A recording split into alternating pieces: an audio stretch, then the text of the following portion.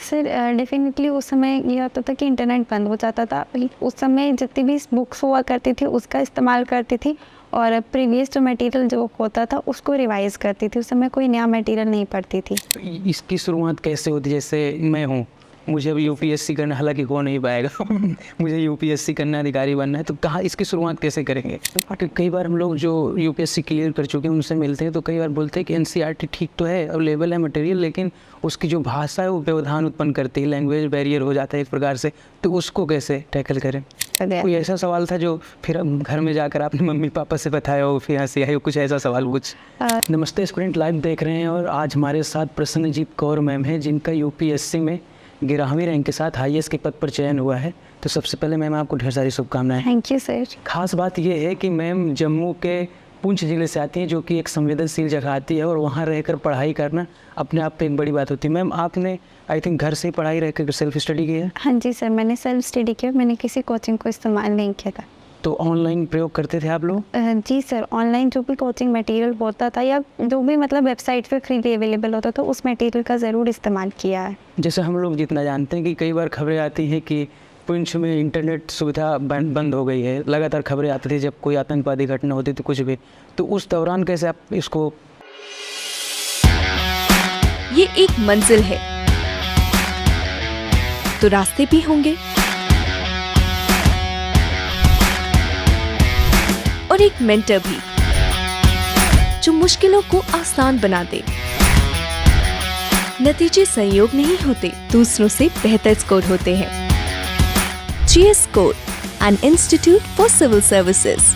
Good career is a process, and mentoring at GS Score is driven by primarily two objectives.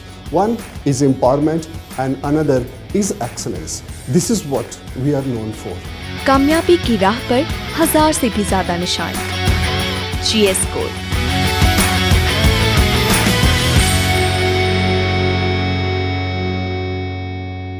Sir definitely उस समय ये होता था कि इंटरनेट बंद हो जाता था। उस समय जितनी भी बुक्स हुआ करती थी उसका इस्तेमाल करती थी और प्रीवियस जो मटेरियल जो होता था उसको रिवाइज़ करती थी। उस समय कोई नया मटेरियल नहीं पढ़ती थी। क्योंकि मैम पढ़ाई में जैसे आप अभी तो ये तो पहला अटेम्प्ट था आपका, पहले अटेम्प्ट में 11वीं रैंक पाना अपने आप में एक बड़ी बात होती है। दूसरी बात, कोई कोचिंग संस्थान का उपयोग ना करना। पहले से क्या प्रसन्नजीत कौर पहले से बचपन से इतने इंटेलिजेंट थे कि अभी जाके बने, समझ में आया ऐसा कुछ कि बनना है अधिकारी? नहीं सर, डिसीजन तो सिविल सर्विसेज का जो है वो बहुत पहले से ले लिया गया था 9th स्टैंडर्ड में। बट ये बात ज़रूर है सर, प्रिपरेशन बहुत लंबे से कर रहे थे। अभी रिसेंटली मैंने स्टेट PCS क्लियर किया था और अभी मैं वहीं पे अंडर ट्रेनिंग ऑफिसर हूँ।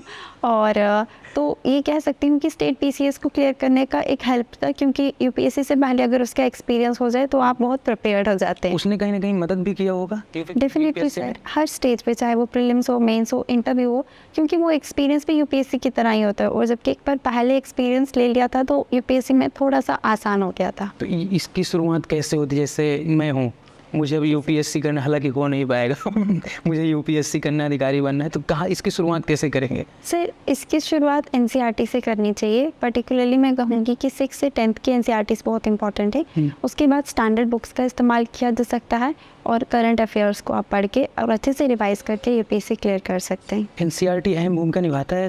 जी सर, ज़रूर, क्योंकि वो हमें एक फाउंडेशन क्रिएट करने में मदद करता है और हमारे कॉन्सेप्ट्स को क्लियर करने में मदद करता है। तो उस हिसाब से एनसीईआरटी बहुत इंपॉर्टेंट। कई बार हम लोग जो यूपीएससी क्लियर कर चुके हैं उनसे मिलते हैं तो कई बार बोलते हैं कि एनसीईआरटी ठीक तो है, अवेलेबल है मटेरियल, लेकिन उसकी जो भाषा है वो व्यवधान उत्पन्न करती है, लैंग्वेज बैरियर हो जाता है एक प्रकार से, तो उसको कैसे टैकल करें?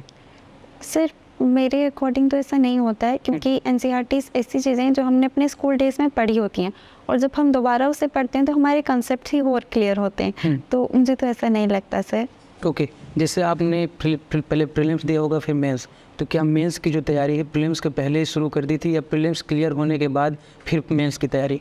सर प्रीलिम्स और मेंस की तैयारी इंटीग्रेटेड होती है, तो ये प्रिपरेशन पहले से ही स्टार्ट कर दी थी और प्रीलिम्स से 2 महीने पहले मेंस का प्रिपरेशन बंद करके पूरा प्रीलिम्स पे फोकस किया था। ओके, इसका लास्ट स्टेप आता है जब आप सिलेक्ट हुए हैं, इंटरव्यू से क्लियर होता है कि आप आगे जाएंगे या नहीं जाएंगे। तो इंटरव्यू के 2-3 सवाल ऐसे मुख्य जो आपको लगे हैं कि उसको शेयर करना चाहिए हमारे व्यूअर्स से। सर बहुत से क्वेश्चंस पूछे गए थे, जैसे अगर जम्मू कश्मीर की बात की जाए तो वहाँ पे एप्पल्स बहुत फेमस हैं, तो उससे रिलेटेड फूड प्रोसेसिंग सेक्टर के बारे में बात की गई थी। यूनिवर्सिटी ऑफ जम्मू से मेरी हायर एजुकेशन है, तो उस यूनिवर्सिटी के एस्टैब्लिशमेंट से रिलेटेड क्वेश्चन पूछे गए थे, और कुछ करंट अफेयर्स के क्वेश्चन जैसे उस समय इंडस वाटर ट्रीटी बहुत न्यूज़ में थी, तो वो भी पूछा गया। कोई ऐसा सवाल था जो फिर अब घर में जाकर आपने मम्मी पापा से बताया हो, फिर हंसी आई हो, कुछ ऐसा सवाल कुछ? सर डेफिनेटली एक क्वेश्चन था ऐसा, उन्होंने मुझे ये पूछा था कि आपने कितने मॉक इंटरव्यूज़ दिए हैं, तो मैंने उनको कहा कि सर 2 इंटरव्यूज़ दिए हैं, और देन उन्होंने मुझे ये पूछा कि जो ये वाला इंटरव्यू है वो बाकियों से बेटर था कि बुरा था, और आपसे पूछ ली कि आप सिलेक्ट होंगे या नहीं? हाँ,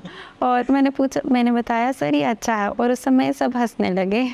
अच्छा, मॉक इंटरव्यू की बात कर रही थी आप, तो मॉक टेस्ट होता है, तो मॉक टेस्ट भी अहम भूमिका निभाया आपके यूपीएससी में? सर प्रीलिम्स में मैंने मॉक टेस्ट नहीं दिए थे, बट मेंस में मैंने मॉक टेस्ट दिए थे, और डेफिनेटली वो बहुत अच्छे भी हैं क्योंकि वो हमें बता देते हैं कि हमें किस तरीके से कितना लिखना है, वो सब चीज़ें वो बताने में मदद करते हैं। ओके मैम, लास्ट में हमारे व्यूअर्स को अगर आप कुछ संदेश देना चाहें, खासकर अभी 28 को प्रीलिम्स था, कई बच्चों ने बताया कि जो प्रीलिम्स इस बार था, और आपने उसके बारे में शायद पढ़ा भी हाँ है, जी सर। पहले से बहुत अलग था, तो उन लोगों को क्या बताना चाहेंगे, कैसे तैयारी करें? सर मैं सबसे पहले तो बोलूँगी कि अगर पेपर टफ होता है तो वो सबके लिए होता है, और मेरिट भी उसी हिसाब से जाएगा। अगर आपका पेपर अच्छा नहीं हुआ, आपको अपनी होप नहीं खोनी चाहिए। वो डेफिनेटली ये चीज़ कोप अप करनी बहुत मुश्किल है, बट आपको वो तैयारी करते रहना चाहिए, एफर्ट्स कंटिन्यू रखने चाहिए, और सक्सेस आपकी होगी। Okay, thank you ma'am. Thank you sir.